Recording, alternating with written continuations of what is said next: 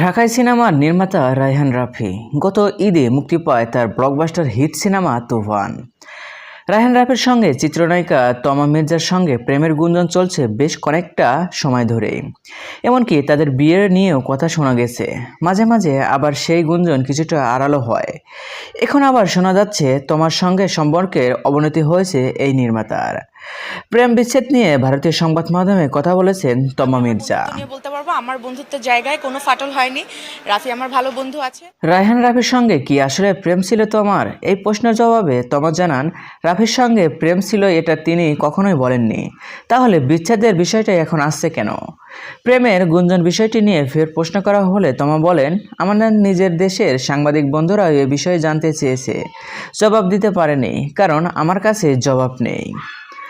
অন্যদিকে রায়হান রাফি দাবি করেছিলেন তাদের শুধু একটি বন্ধুত্বের সম্পর্ক রয়েছে।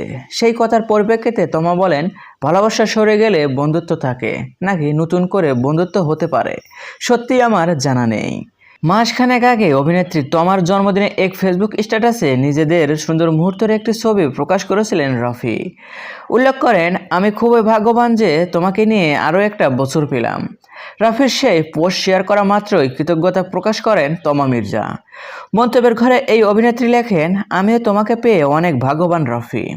সো ভিউয়ার্স, তাদের এত কিছু পরেও কিভাবে তাদের সম্পর্কের অবনতি ঘটে, আপনাদের কি মতামত কমেন্ট বক্সে জানিয়ে দিন। আর হ্যাঁ, বিনোদন জগতের সকল ভিডিও পেতে চ্যানেলটি সাবস্ক্রাইব করুন। ধন্যবাদ।